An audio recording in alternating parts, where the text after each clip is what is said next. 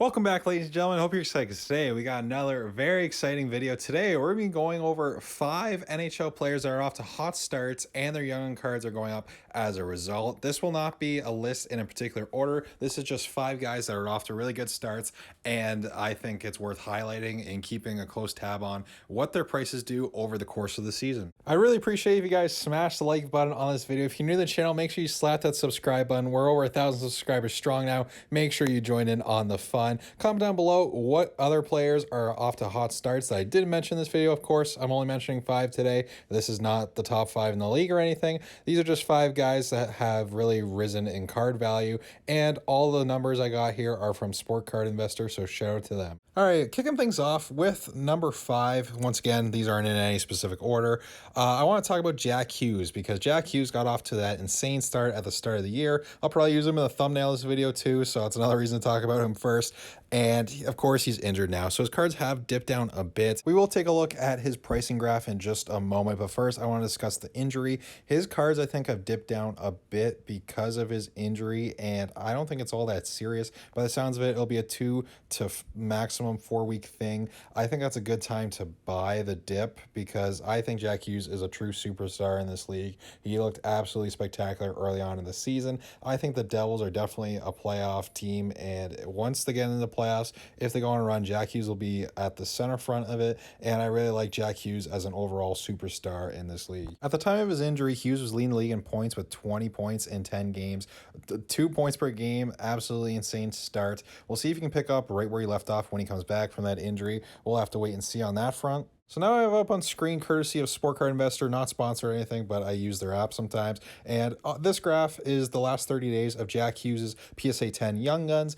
All these graphs in today's video will be the PSA 10 versions and in the last 30 days. We can take a look back in October. His PSA 10 Young Guns sold for around $306 US, and now it's currently around, it looks like $340 to $350 US, but you can see that spike where he got almost up to $444 US when he was still playing, and now it's kind of leveled off back to around where it was a month ago.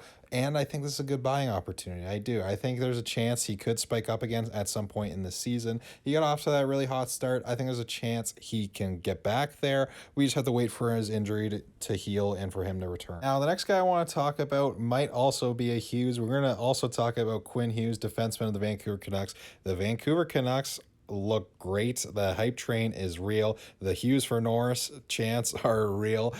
People think Pettersson has a chance at the Hart. I don't know about that, but Hughes definitely looks like he's on pace for the Norris right now. I've seen online that people are saying Quinn Hughes is like Erik Karlsson last year if he actually played defense, and I can't help but laugh at that because it is kind of true. Quinn Hughes has 20 points through 12 games as a defenseman on an absolutely insane pace. Do I think he can keep it up at that pace? Maybe. I think there's a possibility. Do I think he's got the best shot winning the Norris this year? Yes, and for that reason, I believe in Quinn Hughes. I don't know if now is a good buying opportunity because his cards are up so much. We'll take a look at his price graph now. So looking at Quinn Hughes' price graph, about a month ago, one sold for $155 US, and then there's a couple sales down at like $90 US, and now you can see on the far right, it's as high as it's ever been.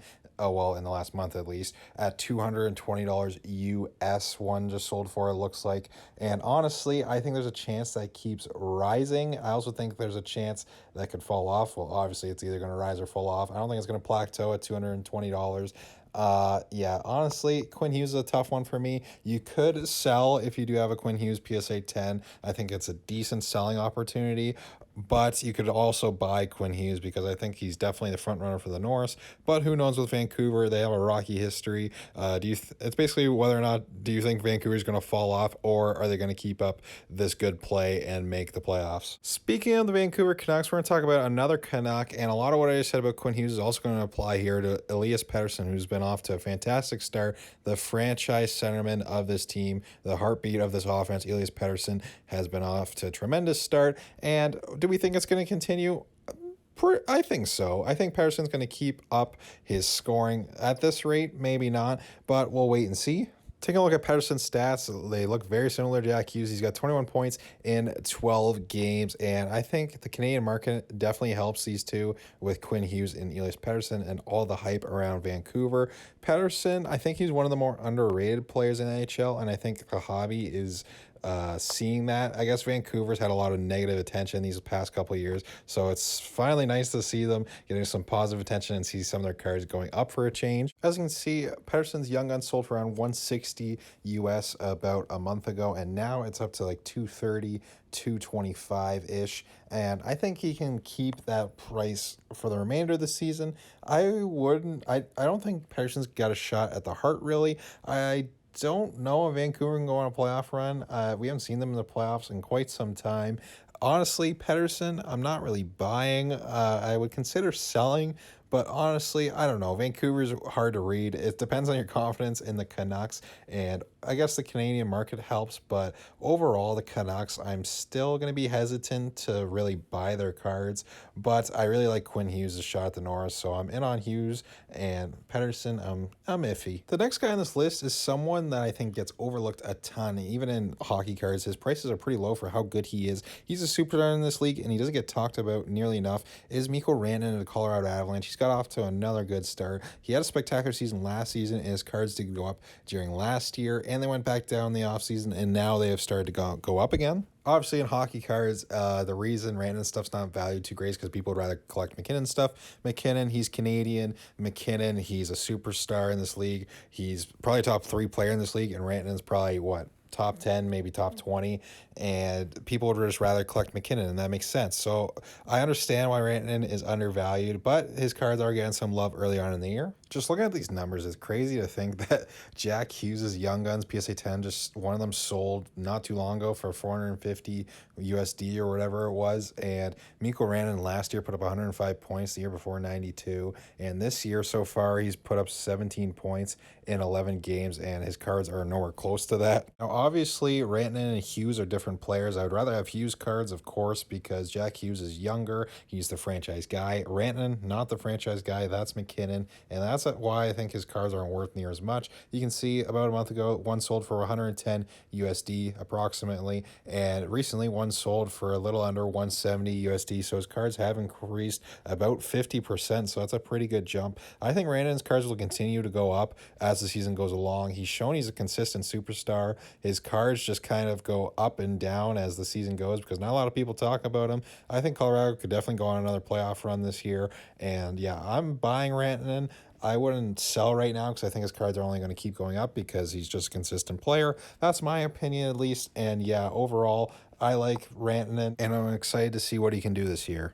All right, and the last guy we're going to talk about today, I left him for last on purpose because this is the one I'm most happy about. Mason McTavish has absolutely been killing it this season so far, and his cards have gone up because of it. I'm a huge McTavish fan. I was a huge fan of him when he played in Hamilton, and the guy's an absolute beast, and I'm glad to see he's finally ripping it up in the NHL. McTavish has currently scored 13 points in 12 games so far, scoring over a point per game, and that's a huge step on last year. You can see in his full rookie season, he had 43 points in 80 games, and he looks like he's on his way to becoming a star in this league. I don't know if he has superstar potential. He definitely has star potential.